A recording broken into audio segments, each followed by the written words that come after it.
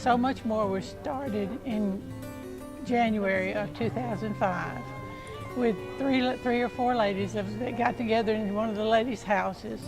It was a wintertime thing. It was in January, and it was just something to come do to while away the cold days. You know, couldn't get outside and do much.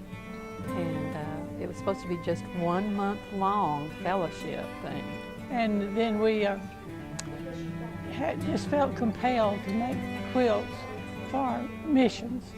We send out quilts, probably about 100, a little more than 100 a year. We sit and quilt with the idea that our quilts are going to wrap some child. Oh, when I was a child, we sang a song, Make Me a Channel of Blessing.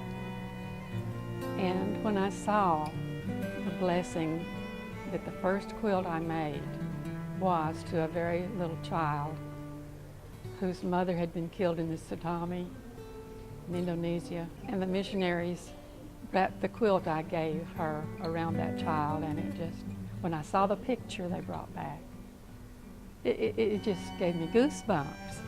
And God has just given me a passion to keep on doing this. And we've seen so many others and heard of so many others that have been blessed in this way. And it's really just a tool for the missionaries to use to tell people how much God loves them.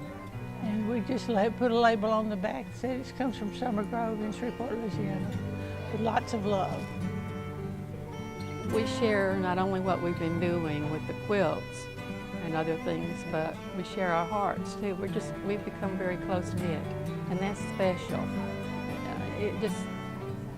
We're like a family.